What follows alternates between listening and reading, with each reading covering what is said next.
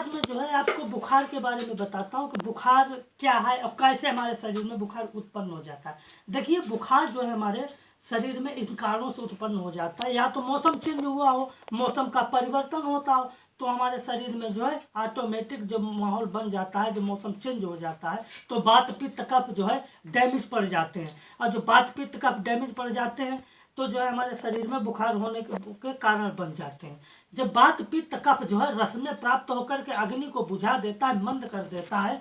जब मंद हो जाती है, अग्नि को बाहर कर देता है, शरीर अत्यंत मतलब उष्ण होने लगता है। इस दशा को बुखार प्राप्त हुआ कहते हैं। बुखार प्राप्त होने के कारण क्या होते हैं, जैसे कि कुपथ कार्य करना। जैसे आपने मतलब किसी का चोट ही आपके लग गई, चोट जब आपके लग जाती है तो आपके जो है मतलब अत्यंत वातज पित्तज कफज, जब वातादि दोष जब हमारे कुपित हो जाते हैं, दूसरे दोष में प्रवेश कर जाते हैं और तीसरे दोष में जब हमारे पहुंचते हैं, तो वात पित्त कफ जो है अग्नि को बाहर कर रस को बिगाड़ देते हैं।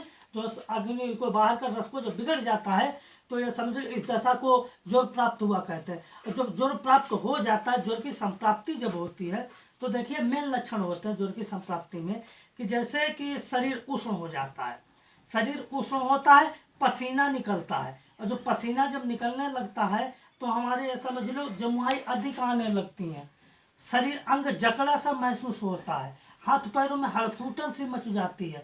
इस दशा को बुखार प्राप्त हुआ, ज्वर प्राप्त हुआ कहते हैं। ये जब लक्षण आपके प्रकट हो जाए तो समझ लो आपके बुखार प्राप्त हो चुका है। अब बुखार जो है ये सब रोगों में राजा है। किस लिए राजा है? दिया है आयुर्वेद में कि यथा समस्त रोगाणाम, एक नहीं समस्त मर्जों की मैं बात कर रहा हूँ, समस्त रोगाणाम ज्वरो राजे तुम निष्ठुरता अतो ज्वराधिकारो तो प्रथम कथ्यते हैं। ज्वर जो है ये सब रोगों में राजा है। किस लिए राजा है? हमारा आपका तो जन्म माता के गर्भ से हो गया है, ठीक है, लेकिन बुखार की उत्पत्ति कहाँ से हुई, ये इसका जन्म कहाँ से हुआ, ये भी मैं आज आपको बताऊंगा। अगर आपने हमारे चैनल को सब्सक्राइब नहीं किया है तो आप चैनल को सब्सक्राइब करें, बेल आइकन का बटन दबाएं। ऐसे बहुत से सारे आपको वीडियो देखने को मिलेंगे। तो जो है कि ज्वर की उत्पत्ति, बुखार की उत्पत्ति कहाँ से हुई है, दिया है कि दक्षापमानम शकुंद रुद्रान निजस्वा संभवा ज्वरो अष्टघा पृथक द्वंद संघातांग तुजा स्मृता।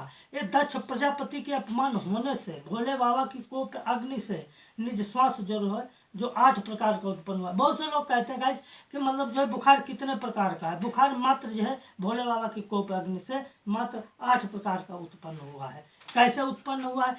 दिया है रुद्र कोपाग्रत सम्र, भोले बाबा का नाम रुद्र है तो भी दिया कि रुद्र कोपाग्रत सम्रता सर्वभूत प्रलासना कृपा दोषम प्रहंड शिशिरा सुमनोहरा व्याघ्र चरण बसमा, मतलब बाघ के खाल के वस्त्र पहने हुए हैं, चरण कपिला मालवी विग्रह पिंगे क्षणो हस्त गोभी मतसो बलवान।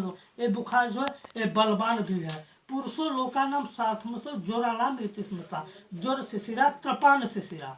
ज्वर के 3 चरण है। किस तरीके से हम लोग परीक्षण करते हैं कि ज्वर के 3 चरण है, दिया है मस्तक नेत्र भुजा ज्वर शिशिरा त्रपान शिशिरा सठभुज अत्र लोचना। ज्वर के 3 चरण है, मस्तक नेत्र भुजा। 3 कारणों से हम ज्वर का परीक्षण कर सकते हैं।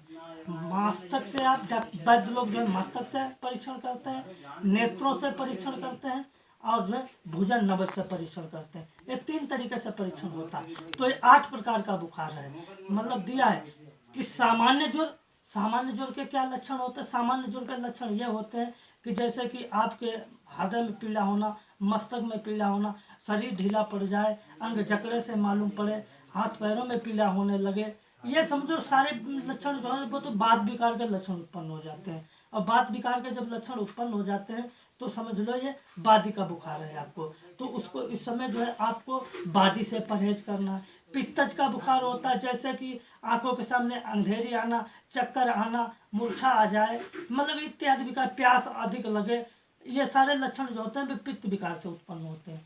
कफज लक्षण यह होता है शरीर में भारीपन आ जाता है, रोमांच खड़े हो जाते हैं, अन्न पर अरुचि हो जाती है, हाथ पैरों में दर्द होने लगता है इत्यादि। गले में जो है कफ का खर्राटा चलने लगता है। वातज पित्तज कफज, ये 3 प्रकार के सामान्य बुखार होते हैं। जब पहले दिन दूसरे दिन ये तो सामान्य बुखार हो गया। जब तीसरा दिन होता है तो बुखार दूसरे दोष में प्रवेश कर जाता है। तो उसको दिया है कि द्वंद्व तो भूताना मत जोड़ा, बाता 2 दोषों से, बात बातज पित्तज कपित, ये तो सामान्य था। अब आ गया द्वंद्व दो भूताना, बातादि दो दोषों से, दो दोषों से होता है तो बात विकार के अलग लक्षण, पित्त विकार के अलग लक्षण। और जब दूसरे दोष में प्रवास करता है तो दोनों के लक्षण समान प्रकट हो जाते हैं। पित्त विकार से अंधेरी चक्कर आना, प्यास लगना। बात विकार से क्या होता है, जैसे आपके जमुआई अधिक आना, हाथ पैरों में पीड़ा होना, मतलब सारे विकार बात विकार के लक्षण के उत्पन्न हो जाए, उसको कहते हैं बातज और पित्तज, मतलब बातज दो दोषों से। इसी तरीके से है पित्त और कफ, जो पित्त के लक्षण और कफ के लक्षण ये दोनों एक साथ प्रकट हो जाते हैं। तो इसी तरीके से आप परीक्षण करिए, बात पित्त क्या है, पित्त कफ क्या है, और यही सब सारे लक्षण होते हैं।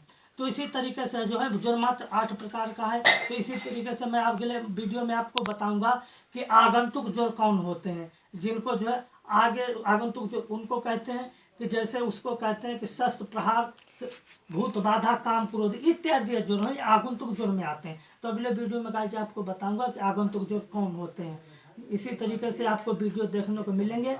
अगले वीडियो में आपके लिए फिर हाजिर होंगे। तब तक के लिए जो है आज्ञा दीजिए। जय श्री राम।